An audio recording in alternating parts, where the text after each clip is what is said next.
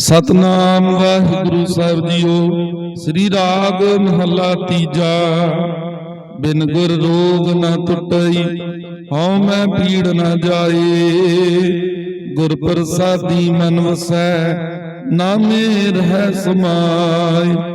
गुर शब्दी हर पाईऐ, बिन शब्दै भरम भुलाए।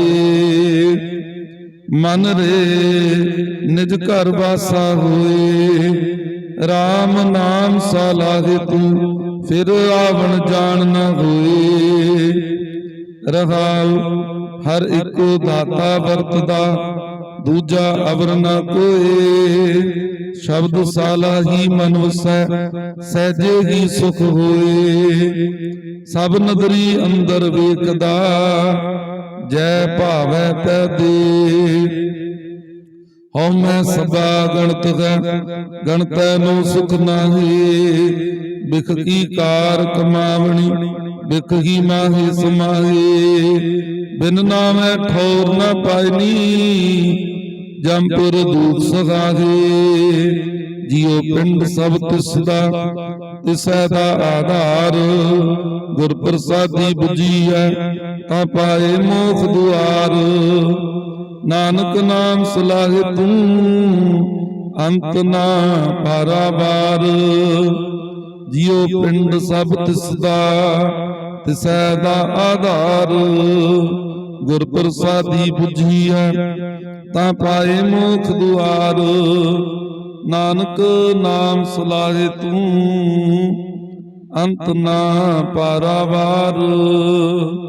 वाहिगुरु जी का खालसा, वाहिगुरु जी की फतेह।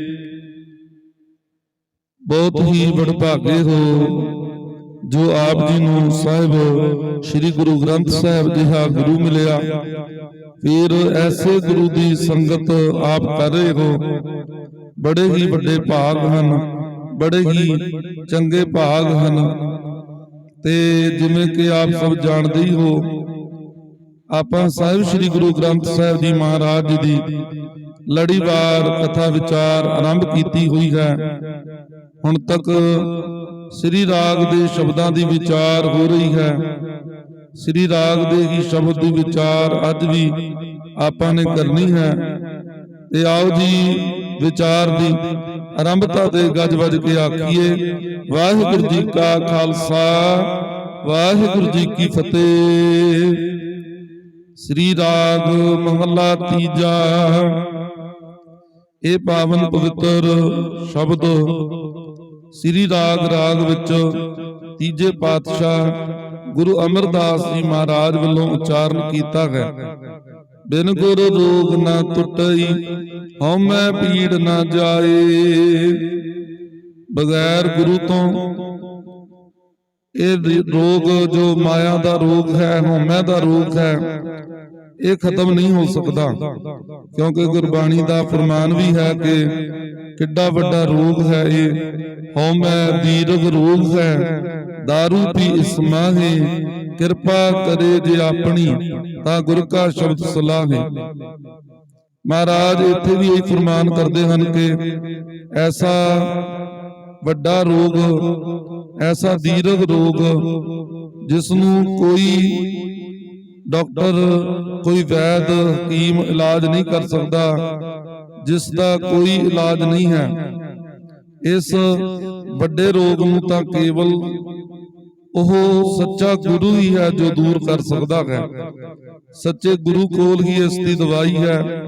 ਇਸ ਪੀੜਾ ਤੋਂ ਮੁਕਤੀ ਬਿਨਾਂ ਗੁਰੂ ਤੋਂ ਕਿਤੇ ਹੋਰ ਨਹੀਂ ਹੋ ਸਕਦੀ। ਇਸ ਰੋਗ ਤੋਂ ਨਿਰਵਿਰਤ ਹੋਣ ਵਾਸਤੇ ਗੁਰੂ ਧਾਰਨ ਕਰਨਾ ਪਵੇਗਾ, ਤਾਂ ਹੀ ਇਹ ਹਉਮੈ ਦੀ ਪੀੜ ਸਾਡੇ ਹਿਰਦੇ ਚੋਂ ਖਤਮ ਹੋਵੇਗੀ। ਗੁਰ ਪ੍ਰਸਾਦੀ ਮਨ ਵਸੈ, ਨਾਮੇ ਰਹਿ ਸਮਾਏ। ਗੁਰੂ ਦੀ ਕਿਰਪਾ ਨਾਲ ਹੀ ਪਰਮਾਤਮਾ ਦਾ ਨਾਮ ਸਾਡੇ ਅੰਦਰ ਵਸਦਾ ਹੈ। ਸਾਡੇ ਹਿਰਦੇ ਅੰਦਰ, ਮਨ ਅੰਦਰ ਨਾਮ ਦਾ ਵਾਸਾ ਗੁਰੂ ਦੀ ਕਿਰਪਾ ਨਾਲ ਹੀ ਹੁੰਦਾ ਹੈ। ਤੇ ਆਪਾਂ ਨਾਮ ਦੇ ਵਿੱਚ ਹੀ ਰਮੇ ਰਹਿੰਦੇ ਹਾਂ, ਸਦਾ ਹੀ ਉਸ ਵਿੱਚ ਹੀ ਸਮਾਏ ਰਹਿੰਦੇ ਹਾਂ, ਇੱਕ ਮਿਕ ਹੋਏ ਰਹਿੰਦੇ ਹਾਂ। ਗੁਰ ਸ਼ਬਦੀ ਹਰ ਪਾਈਐ, ਬਿਨ ਸ਼ਬਦੈ ਭਰਮ ਭੁਲਾਏ। ਗੁਰੂ ਦੇ ਸ਼ਬਦ ਨਾਲ ਹੀ, ਗੁਰੂ ਦੇ ਦੱਸੇ ਹੋਏ ਹੁਕਮ ਅਨੁਸਾਰ ਹੀ ਜੇਕਰ ਆਪਾਂ ਜੀਵਨ ਜਿਉਂਦੇ ਹਾਂ ਤਾਂ ਹੀ ਸਾਨੂੰ ਹਰੀ ਪਰਮਾਤਮਾ ਮਿਲਦਾ ਹੈ। ਬਿਨਾਂ ਸ਼ਬਦ ਤੋਂ ਤਾਂ ਭਰਮ ਭੁਲੇਖੇ ਹੀ ਹਨ, ਕਿਉਂਕਿ ਜੋ ਮਾਇਆ ਹੈ ਇਹ ਸਾਨੂੰ ਚੰਦਿਆ ਕੇ ਭਰਮ ਭੁਲੇਖੇ ਵਿੱਚ ਪਾ ਦਿੰਦੀ ਹੈ। ਜਿਵੇਂ ਗੁਰਬਾਣੀ ਦਾ ਫਰਮਾਨ ਵੀ ਹੈ, ਬਿਨ ਨਾਮੈ ਜਗ ਕਮਲਾ ਫਿਰੈ, ਗੁਰਮੁਖ ਨਦਰੀ ਆਇਆ। ਭਾਵ ਕਿ ਬਿਨਾਂ ਨਾਮ ਤੋਂ ਜੋ ਲੋਕਾਈ ਫਿਰ ਰਹੀ ਹੈ, ਜੋ ਸੰਸਾਰ ਤੁਰ ਫਿਰ ਰਿਹਾ ਹੈ, ਇਹ ਸਭ ਕਮਲਿਆਂ ਦੇ ਭਾਂਤੀ ਹੈ। ਕੇਵਲ ਕਮਲੇ ਹੀ ਫਿਰ ਰਹੇ ਹਨ, ਝੱਲੇ ਹੀ ਫਿਰ ਰਹੇ ਹਨ, ਜੋ ਮਾਇਆ ਪਿੱਛੇ ਦੌੜ ਰਹੇ ਹਨ। ਮਾਟੀ ਕੋ ਪੁੱਤਰਾ ਕੈਸੇ ਨਚਤ ਹੈ, ਦੇਖੈ ਦੇਖੈ ਸੁਨੈ ਬੋਲੇ ਦੌੜਿਓ ਫਿਰਤ ਹੈ। ਇਹ ਮਾਇਆ ਪਿੱਛੇ ਦੌੜਦਾ ਫਿਰਦਾ ਹੈ, ਮਾਇਆ ਪਿੱਛੇ ਬੋਲ ਕਬੋਲ ਵੀ ਬੋਲਦਾ ਹੈ। ਪਰ ਮਹਾਰਾਜ ਕਹਿੰਦੇ ਹਨ ਕਿ ਬਿਨਾਂ ਸ਼ਬਦ ਤੋਂ, ਭਾਵ ਬਿਨਾਂ ਗੁਰੂ ਦੇ ਉਪਦੇਸ਼ ਤੋਂ ਜੋ ਮਾਇਆ ਦਾ ਪ੍ਰਭਾਵ ਹੈ ਇਹ ਭਰਮ ਭੁਲੇਖੇ ਵਾਲਾ ਹੀ ਹੈ। ਇਸ ਨਾਲ ਆਪਾਂ ਭਰਮ ਵਿੱਚ ਹੀ, ਭੁਲੇਖੇ ਵਿੱਚ ਹੀ ਆਪਣਾ ਜੀਵਨ ਜਿਉਂ ਰਹੇ ਹਾਂ। ਮਨ ਰੇ ਨਿਜ ਘਰ ਵਾਸਾ ਹੋਏ ਹੈ, ਇਹ ਮੇਰੇ ਮਨ ਉਹ ਪਰਮਾਤਮਾ ਤੇਰੇ ਨਿਜ ਘਰ ਵਿੱਚ ਵਾਸ ਕਰੇ, ਉਸ ਦਾ ਵਾਸਾ ਤੇਰੇ ਹਿਰਦੇ ਅੰਦਰ ਹੋਵੇ। ਰਾਮ ਨਾਮ ਸਾਲਾਹੇ ਤੂੰ, ਫਿਰ ਆਵਣ ਜਾਣ ਨਾ ਹੋਏ। ਫਿਰ ਜਦੋਂ ਆਪਾਂ ਆਪਣੇ ਹਿਰਦੇ ਅੰਦਰ ਵਿਚਾਰ ਕਰਾਂਗੇ, ਗਹੁ ਵਿਚਾਰ ਕਰਾਂਗੇ, ਤਾਂ ਫਿਰ ਰਾਮ ਨਾਮ ਨੂੰ ਸਲਾਹਾਂਗੇ। ਰਾਮ ਨਾਮ ਨੂੰ ਸਲਾਹਣ ਨਾਲ, ਉਸ ਨੂੰ ਹਿਰਦੇ ਵਿੱਚ ਵਸਾਉਣ ਨਾਲ ਸਾਡਾ ਆਉਣ ਜਾਣ ਦਾ ਖੇਲ ਮੁੱਕ ਜਾਂਦਾ ਹੈ। ਆਵਣ ਜਾਣ ਇੱਕ ਖੇਲ ਬਣਾਇਆ, ਆਗਿਆਕਾਰੀ ਕੀਨੀ ਮਾਇਆ। ਇਹ ਜੋ ਆਉਣ ਜਾਣ ਦਾ ਖੇਲ ਹੈ, ਜੋ ਮਾਇਆ ਦਾ ਪ੍ਰਭਾਵ ਹੈ, ਇਹ ਸਾਨੂੰ ਕੇਵਲ ਭਰਮ ਭੁਲੇਖੇ ਵਿੱਚ ਪਾਉਣ ਵਾਸਤੇ ਹੀ ਹੈ। ਤੇ ਜੇ ਇਸ ਤੋਂ ਉੱਭਰਨਾ ਹੈ, ਇਸ ਤੋਂ ਬਾਹਰ ਆਉਣਾ ਹੈ, ਤਾਂ ਫਿਰ ਸਾਨੂੰ ਪਰਮਾਤਮਾ ਦਾ ਨਾਮ ਸਲਾਉਣਾ ਪਏਗਾ। ਇੱਥੇ ਰਾਮ ਉਸ ਅਕਾਲ ਪੁਰਖ ਨੂੰ ਕਿਹਾ ਹੋਇਆ ਹੈ। ਐਸੇ ਰਾਮ ਦੀ ਗੱਲ ਕੀਤੀ ਹੈ ਜੋ ਕਣ ਕਣ ਵਿੱਚ ਰਮਿਆ ਹੋਇਆ ਹੈ, ਸ੍ਰਿਸ਼ਟੀ ਦੇ ਜ਼ਰਰੇ ਜ਼ਰਰੇ ਵਿੱਚ ਜਿਸ ਦਾ ਵਾਸਾ ਹੈ, ਉਸ ਰਾਮ ਦੀ ਗੱਲ ਕੀਤੀ ਹੈ। ਇੱਥੇ ਕਿਸੇ ਧਾਰਮਿਕ ਪੁਰਸ਼ ਦੀ ਗੱਲ ਨਹੀਂ ਕੀਤੀ, ਇੱਥੇ ਕਿਸੇ ਅਵਤਾਰ ਦੀ ਗੱਲ ਨਹੀਂ ਕੀਤੀ, ਕੇਵਲ ਅਕਾਲ ਪੁਰਖ ਦੀ ਹੀ ਗੱਲ ਹੈ।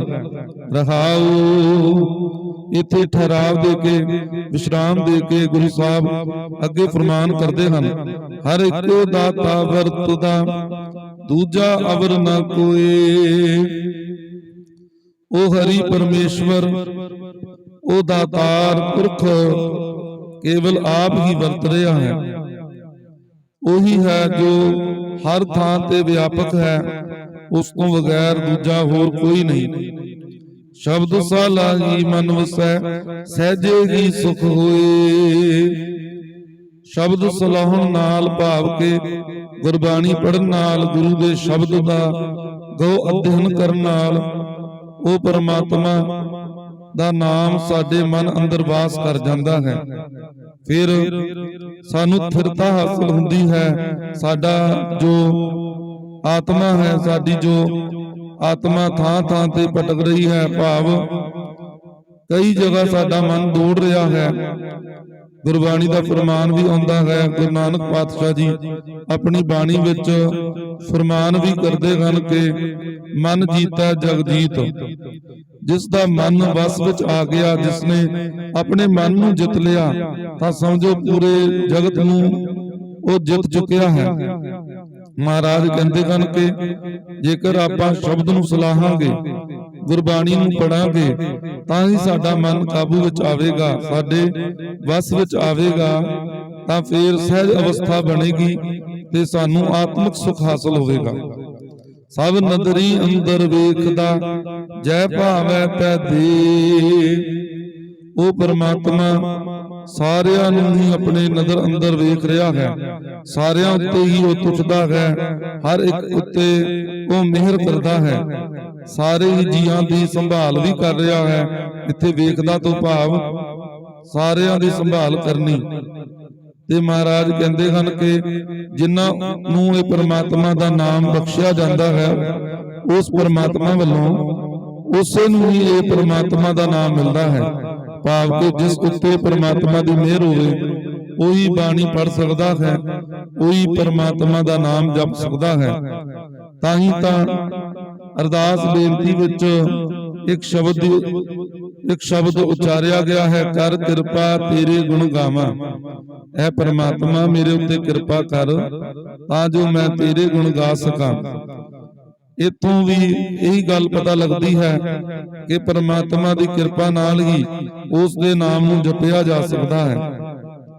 ਹਉਮੈ ਸਭਾ ਗਣਤ ਹੈ, ਗਣਤੈ ਨੋ ਸੁਖ ਨਾਗੇ। ਗਣਤ ਤੋਂ ਭਾਵ ਹੈ ਚਿੰਤਾ। ਮਹਾਰਾਜ ਕਹਿੰਦੇ ਹਨ ਕਿ ਜੋ ਹਉਮੈ ਦੀਰਘ ਰੋਗ ਹੈ, ਇਸ ਨਾਲ ਕੇਵਲ ਚਿੰਤਾ ਹੀ ਪੈਦਾ ਹੁੰਦੀ ਹੈ। ਕੇਵਲ ਚਿੰਤਾ ਦਾ ਹੀ ਭੰਡਾਰਨ ਇਸ ਹਉਮੈ ਦੇ ਵਿੱਚ ਹੈ। ਮਹਾਰਾਜ ਕਹਿੰਦੇ ਹਨ ਕਿ ਚਿੰਤਾ ਵਾਲੇ ਬੰਦੇ ਨੂੰ ਕਦੇ ਵੀ ਸੁੱਖ ਨਹੀਂ ਮਿਲਦਾ। ਤੇ ਫਿਰ ਮਹਾਰਾਜ ਅੱਗੇ ਫਰਮਾਨ ਕਰਦੇ ਹਨ, ਬਿਖ ਕੀ ਕਾਰ ਕਮਾਵਣੀ, ਬਿਖ ਹੀ ਮਾਂਗੇ ਸਮਾਗੇ। ਜੋ ਬਿਖ ਦਾ ਕੰਮ, ਜੋ ਭਾਵ ਕੇ ਮਾਇਆ ਦਾ ਪ੍ਰਭਾਵ ਹੈ, ਮਾਇਆ ਦੇ ਪ੍ਰਭਾਵ ਹੇਠ ਜੋ ਵੀ ਕੰਮ ਕੀਤਾ ਜਾ ਰਿਹਾ ਹੈ, ਉਸ ਕਰਕੇ ਆਪਾਂ ਉਸੇ ਵਿੱਚ ਹੀ ਖਚਿਤ ਹੋ ਰਹੇ ਹਾਂ। ਮਾਇਆ ਦਾ ਜੋ ਰੂਪ ਹੈ ਉਹ ਬੜਾ ਹੀ ਮਨਮੋਹਣਾ ਹੁੰਦਾ ਹੈ। ਜੋ ਆਪਾਂ ਆਪਣਾ ਪਰਿਵਾਰ ਦੇਖ ਰਹੇ ਹਾਂ, ਜੋ ਧਨ ਦੌਲਤ ਦੇਖ ਰਹੇ ਹਾਂ, ਦੇਖੋ ਕਿਤਨੀ ਹੀ ਮੋਹਣੀ ਹੈ, ਕਿਤਨੀ ਹੀ ਚੰਗੀ ਲੱਗਦੀ ਹੈ। ਪਰ ਜੋ ਇਸ ਵਿੱਚ ਧਿਆਨ ਕੇਂਦਰਿਤ ਕਰਦੇ ਹਨ, ਜੋ ਮਾਇਆ ਵਿੱਚ ਗ੍ਰਸਤ ਹੋ ਜਾਂਦੇ ਹਨ, ਫਿਰ ਮਾਇਆ ਉਸ ਨੂੰ ਲੈ ਡੁੱਬਦੀ ਹੈ। ਕਿਉਂਕਿ ਗੁਰਬਾਣੀ ਦਾ ਫਰਮਾਨ ਵੀ ਆਉਂਦਾ ਹੈ, ਕੂੜਾ ਨੇਹੁ ਲੱਗਾ ਵਿਸਰਿਆ ਦਾਤਾਰ। ਕਿ ਕੂੜ ਦਾ ਨੇ ਕੂੜੇ ਨਾਲ ਹੀ ਲੱਗਿਆ ਹੋਇਆ ਹੈ। ਭਾਵ ਜੋ ਮਾਇਆ ਧਾਰੀ ਹੈ ਉਹ ਫਿਰ ਅਤ ਅੰਨਾ ਬੋਲਾ ਵੀ ਹੋ ਜਾਂਦਾ ਹੈ। ਮਾਇਆ ਧਾਰੀ ਅਤ ਅੰਨਾ ਬੋਲਾ, ਸ਼ਬਦ ਨਾ ਸੁਣੀ ਬੋ ਰੋਲ ਕਚੋਲਾ। ਉਸ ਦਾ ਧਿਆਨ ਹੋਰ ਪਾਸੇ ਤਾਂ ਹੁੰਦਾ ਹੈ, ਹੋਰ ਰੋਲ ਕਚੋਲੇ, ਹੋਰ ਮਾੜੇ ਗੀਤ ਉਹ ਜ਼ਰੂਰ ਸਰਵਣ ਕਰਦਾ ਹੈ, ਪਰ ਉਸ ਦਾ ਧਿਆਨ ਗੁਰੂ ਦੇ ਸ਼ਬਦ ਵਿੱਚ ਨਹੀਂ ਜੁੜਦਾ। ਕਈ ਤਾਂ ਐਸੇ ਜੀ ਆਉਂਦੇ ਹਨ ਗੁਰੂ ਘਰ ਵੀ ਜਾਂ ਹੋਰ ਵੀ ਧਾਰਮਿਕ ਸਥਾਨਾਂ ਤੇ, ਜੋ ਕੇਵਲ ਆਪਣਾ ਟਾਈਮ ਪਾਸ ਹੀ ਕਰਦੇ ਹਨ। ਚਲੋ ਫਿਰ ਵੀ ਉਹਨਾਂ ਦੇ ਅੰਦਰ ਇਤਨੀ ਸ਼ਰਧਾ ਤਾਂ ਹੈ, ਉਹ ਕੋਸ਼ਿਸ਼ ਤਾਂ ਕਰ ਰਹੇ ਹਨ ਜੋ ਗੁਰੂ ਘਰ ਆਉਂਦੇ ਹਨ। ਪਰ ਕੁਝ ਅਜਿਹੇ ਜੀਵ ਵੀ ਹਨ, ਅਜਿਹੇ ਲੋਕ ਵੀ ਹਨ ਜੋ ਕੇਵਲ ਇਹੀ ਕਹਿ ਦਿੰਦੇ ਹਨ ਕਿ ਗੁਰੂ ਘਰ ਜਾਣ ਦਾ ਕੀ ਲਾਭ, ਕਿਸੇ ਧਾਰਮਿਕ ਸਥਾਨ ਤੇ ਜਾਣ ਦਾ ਕੀ ਲਾਭ, ਜੇਕਰ ਸਾਡਾ ਮਨ ਸਾਫ਼ ਹੈ। ਠੀਕ ਹੈ, ਮਨ ਸਾਫ਼ ਹੋਵੇ, ਮਨ ਸਾਫ਼ ਹੈ ਤੇ ਪਰਮਾਤਮਾ ਦਾ ਵਾਸਾ ਵੀ ਛੇਤੀ ਹੋ ਜਾਣਾ ਹੈ। ਸੋ ਸਾਨੂੰ ਗੁਰੂ ਘਰ ਆਉਣਾ ਜ਼ਰੂਰ ਚਾਹੀਦਾ ਹੈ, ਤਾਂ ਜੋ ਗੁਰੂ ਦੀ ਸਿੱਖਿਆ ਨਾਲ ਸਾਨੂੰ ਹੋਰ ਵੀ ਜੀਵਨ ਜਿਉਣ ਦੀ ਜਾਚ ਆ ਸਕੇ। ਫਿਰ ਮਹਾਰਾਜ ਦੱਸਦੇ ਹਨ ਕਿ ਜੋ ਮਾਇਆ ਵਿੱਚ ਗ੍ਰਸਤ ਹਨ, ਉਹਨਾਂ ਦਾ ਨੇਹ ਕੇਵਲ ਮਾਇਆ ਨਾਲ ਹੀ ਹੈ। ਉਹ ਫਿਰ ਗੁਰਬਾਣੀ ਵੀ ਸਰਵਣ ਨਹੀਂ ਕਰਦੇ ਤੇ ਮਾਇਆ ਵਿੱਚ ਹੀ ਗ੍ਰਸਤ ਹੋ ਕੇ ਆਪਣੀ ਜੀਵਨ ਲੀਲਾ ਸਮਾਪਤ ਕਰ ਬੈਠਦੇ ਹਨ। ਬਿਨ ਨਾਮੈ ਠੌਰ ਨਾ ਪਾਇਨੀ, ਜਮਪੁਰ ਦੁਖ ਸਹਾਗੇ। ਬਿਨਾ ਨਾਮ ਤੋਂ ਆਤਮਿਕ ਸਥਿਰਤਾ ਨਹੀਂ ਹੁੰਦੀ। ਭਾਵ ਸਾਡੇ ਮਨ ਦਾ ਨਿਕਾਬ ਪਰਮਾਤਮਾ ਦੇ ਨਾਮ ਨਾਲ ਹੀ ਹੈ। ਜੇਕਰ ਆਪਾਂ ਨਾਮ ਜਪਦੇ ਹਾਂ, ਉਸ ਨੂੰ ਹਿਰਦੇ ਅੰਦਰ ਧਾਰਨ ਕਰਦੇ ਹਾਂ, ਤਾਂ ਹੀ ਸਾਨੂੰ ਆਤਮਿਕ ਸਥਿਰਤਾ ਮਿਲਣੀ ਹੈ, ਤਾਂ ਹੀ ਸਾਡਾ ਮਨ ਸਾਡੇ ਵੱਸ ਵਿੱਚ ਆਉਣਾ ਹੈ। ਤੇ ਬਿਨਾਂ ਨਾਮ ਤੋਂ ਜੇ ਸਾਡਾ ਜੋ ਮਨ ਹੈ ਸਥਿਰ ਨਹੀਂ ਹੋਇਆ, ਸਾਡੀ ਆਤਮਿਕ ਸਥਿਰਤਾ ਨਹੀਂ ਆਈ, ਤਾਂ ਫਿਰ ਸਾਨੂੰ ਜਮਪੁਰੀ ਦੇ ਦੁੱਖ ਸਹਿਣੇ ਪੈਣਗੇ। ਭਾਵ ਸਾਨੂੰ ਮਾਇਆ ਵਿੱਚ ਗ੍ਰਸਤ ਹੋਣ ਕਰਕੇ ਚਿੰਤਾ ਝੋਰੇਗੀ ਮਿਲਣੇ ਹਨ। ਸਾਨੂੰ ਕਿਤੋਂ ਵੀ ਸੁੱਖ ਨਹੀਂ ਮਿਲਣਾ। ਆਤਮਿਕ ਸੁੱਖ ਜੇਕਰ ਲੈਣਾ ਹੈ ਤਾਂ ਫੇਰ ਸਾਨੂੰ ਪਰਮਾਤਮਾ ਦਾ ਨਾਮ ਜਪਣਾ ਪਵੇਗਾ।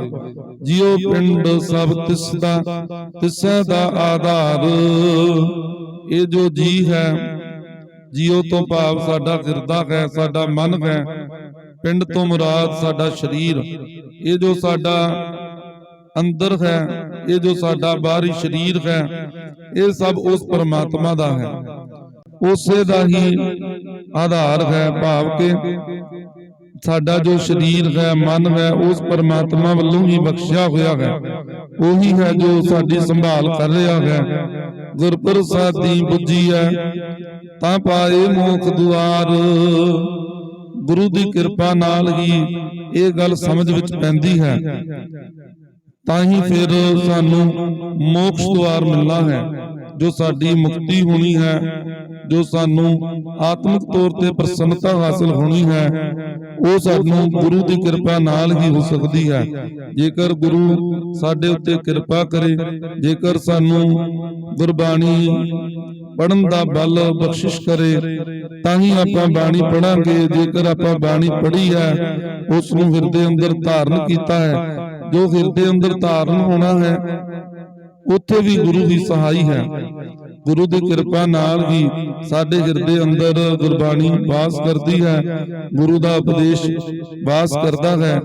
ਤੇ ਜੇ ਆਪਾਂ ਗੁਰੂ ਦੇ ਉਪਦੇਸ਼ ਨੂੰ ਆਪਣੇ ਹਿਰਦੇ ਅੰਦਰ ਵਸਾ ਲਿਆ, ਤਾਂ ਫਿਰ ਸਾਨੂੰ ਮੋਕਸ਼ ਦੁਆਰ ਹਾਸਲ ਹੋਣਾ ਹੈ। ਨਾਨਕ ਨਾਮ ਸੁਲਾਗੇ ਤੂੰ ਅੰਤ ਨਾ ਪਾਰਾਵਾਰ।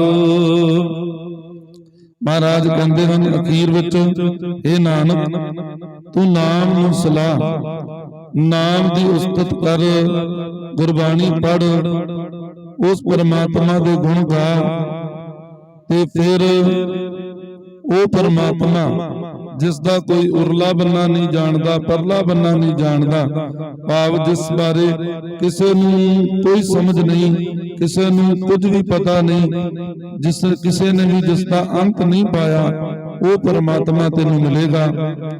ਤੇ ਇਹ ਤੇਰਾ ਫਰਜ਼ ਹੈ ਕਿ ਤੂੰ ਉਸ ਨੂੰ ਸਲਾਹੁਣਾ ਹੈ, ਉਸ ਨੂੰ ਯਾਦ ਕਰਨਾ ਹੈ।